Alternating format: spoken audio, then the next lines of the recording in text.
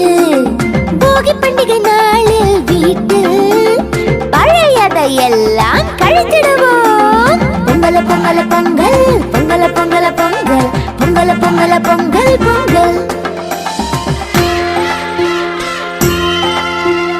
கதிரவனவனை கும்பிட்டு தை பொங்கலை படைத்திடுவோம். காளை மாடுகள் பசுக்களையும் மாட்டு பொங்கலில் போற்றிடுவோம்.